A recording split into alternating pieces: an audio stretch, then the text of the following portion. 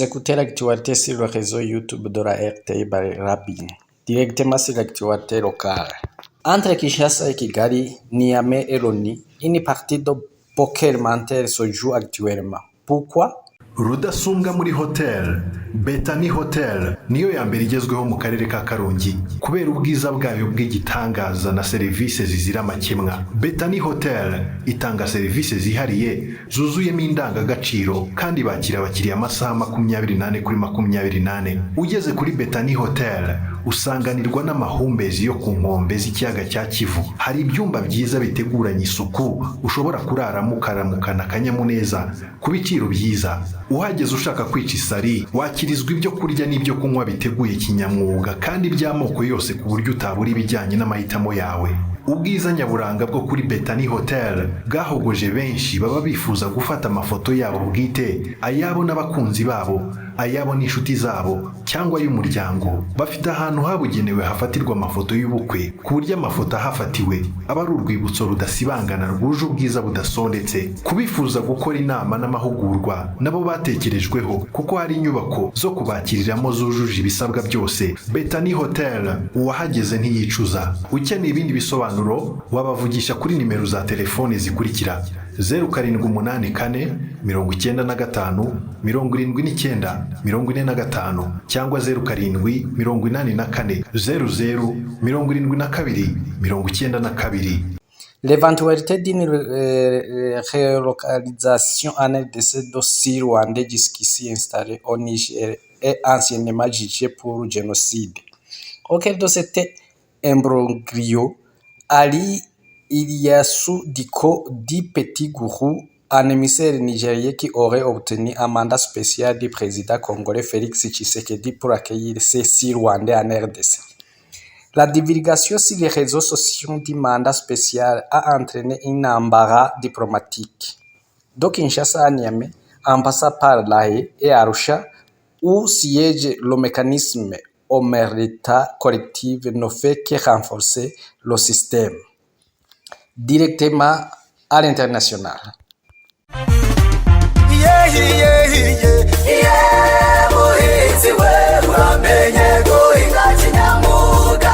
Mama Cyusa, ko mbona uri kwihuta cyane werekeje he?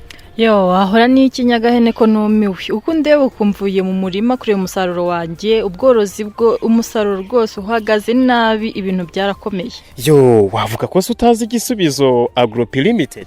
Kagira inkuru. Agrop Limited ni ibiki? Yo, iyi yaje ari igisubizo. Agrop Limited no kuvuga Agrofarm Africa Limited ni igisubizo ku bahinzi n'aborozi nkawe bifuza kubona umusaruro mwiza mu buhinzi n'ubworozi. Uriteguye?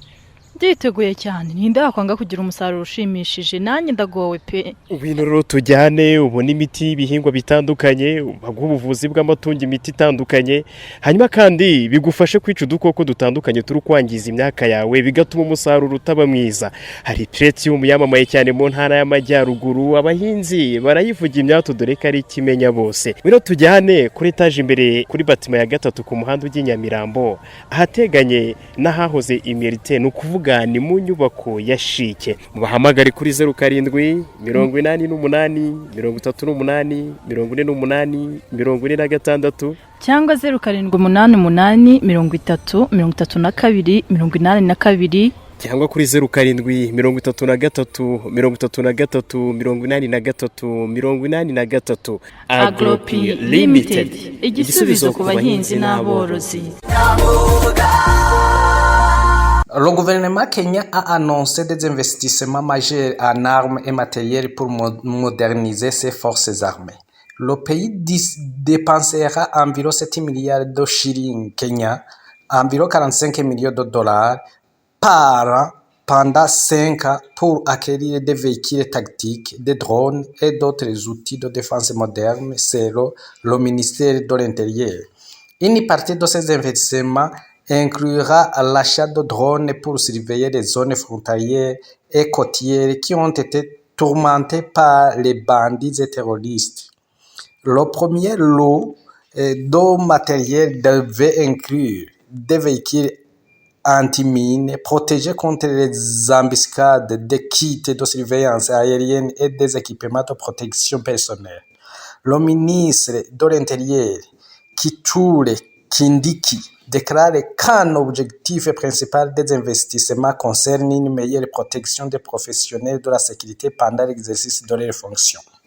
Nous avons pris la décision de mettre à niveau et de revitaliser le programme de modernisation du matériel et acquérir davantage des ressources aériennes et terrestres, ainsi qu'un équipement de protection personnelle pour vous permettre de travailler mieux et plus efficacement, a dit le Dr Kindiki Ostar.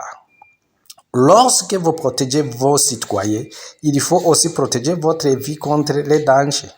En tout, le gouvernement kenyan dépensera 236 millions de dollars dans son initiative de modernisation. Retournons au Burundi. Au Burundi, une semaine que l'essence et le gasoil sont accessibles à la pompe à toute station-service après une longue traversée du désert au cours de laquelle des chauffeurs burundais allaient s'approvisionner en carburant en RDC. Du coup, le sens de la contrebande des hydrocarbures vire à 180 degrés. Désormais, le Burundi vers la RDC. En effet, deux malais contrebandiers profitent du prix abordable du litre de l'essence au Burundi pour faire le prêt au Burundi et filer tout droit vers la ville d'Uvira en RDC à 13 km de la localité frontalière de Gatumba, 26 km du centre-ville de Bujumbura. Le réservoir est vidé, les contrebandiers empochent des billets verts et retournent au Burundi pour s'approvisionner et échanger les dollars sur le marché noir à un taux de 7 000 francs pour le dollar. Ce taux est de loin supérieur au coût officiel moyen de 2 898 francs pour, comme disent les autorités burundaises. Mais gare aux trafiquants, la Burundi Police est tous yeux, tous oreilles pour faire échec et à toute velléité de fraude sur le carburant, comme surtout tout autre produit par ailleurs.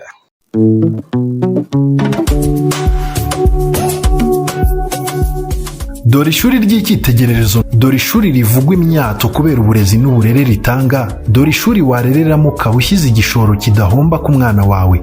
Iryo nta rindi ni Sunrise High School. Sunrise High School ni urumuri koko ruri ahirengeye, nk'uko babyivugira bati Sunrise High School, Light on a Hill. Iri shuri si irinyamahanga, ni iry'iwacu i Rwanda mu rw'imisozi igihumbi. Warisanga mu karere ka Musanze, mu murenge wa Cyuve ku muhanda Musanze Cyanika. Mbega ukuntu bigisha neza! Bigisha icyiciro rusange nk'ibisanzwe kuva mu wa mbere kugera mu wa gatatu, wagera mu wa kane kuzamura.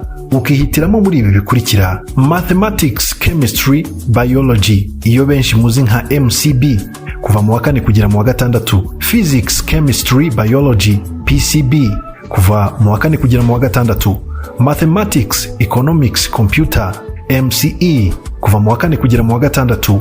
Mathematics, Physics, Computer, MPC, kuva mu wa kane kugera mu wa gatandatu. Mathematics, Economics, Geography, MEG, kuva mu wa kane kugera mu wa gatandatu. Mathematics, Physics, Geography, MPG, kuva mu wa kane kugera mu wa gatandatu. Mathematics, Physics, Chemistry, PCM, kuva mu wa kane kugera mu wa gatandatu. Na History, Geography, Literature, HGL, kuva mu wa kane kugera mu wa gatandatu. Agashya rero ni uko iri shuri ritagira segonderi gusa, ahubwo rigira na nursery na primary, ndavuga gardienne na primaire. Aya mashuri y'ibanze yose umwana yazamukiramo akaba indashyikirwa mu bandi. Sunrise bigira heza, bambara neza kandi biga neza. Wicikanwa ahubwo jyanayo umwana wawe hakiri kare imyanya itarashira. Ukeneye kubavugisha wabahamagara kuri nimero ikurikira: 0788 33 31 96. Amashuri ya Sunrise, mwazi igihe koko.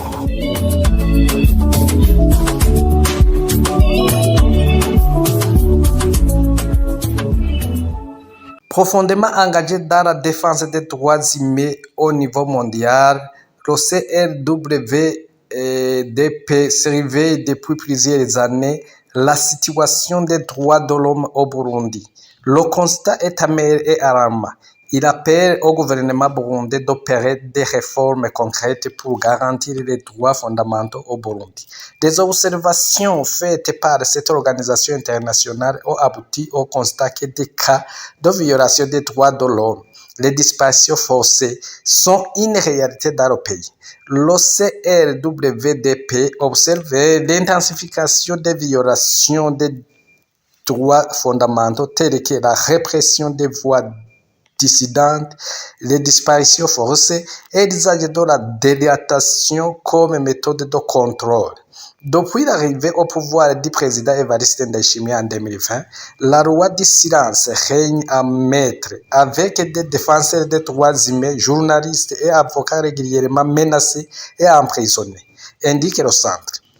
Cette organisation fait savoir aussi que sa mission est d'arrêter et qu'elle suit de près la situation grâce à sa collaboration avec les ONG locales, dont SOS Torture Burundi.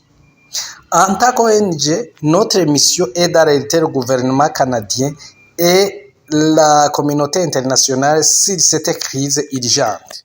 Nous surveillons la situation grâce à des rapports réguliers et une collaboration étroite avec des organisations locales et internationales telles que SOS Torture Burundi et avec notre collaborateur émérite du CLWDP, Maître Armen Yongere, poursuit-elle. Une crise oubliée alors que tous les signaux sont au rouge.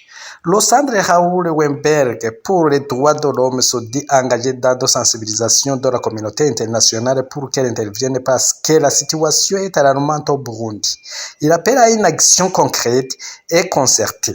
Cela fait longtemps que nous travaillons ensemble et que nous souhaitons sensibiliser le Canada ainsi que la communauté internationale à la situation du Burundi qui devient une crise oubliée alors que tous les signaux sont au rouge. Nous appelons une action concertée en conditionnant tout soutien diplomatique et économique à des réformes concrètes garantissant le respect des droits fondamentaux au Burundi. Ensemble, nous pouvons faire entendre la voix des Burundais et œuvrer pour mettre fin à cette répression, conclut le centre Raoul. Merci de nous avoir prêté une oreille attentive. À nous revoir demain.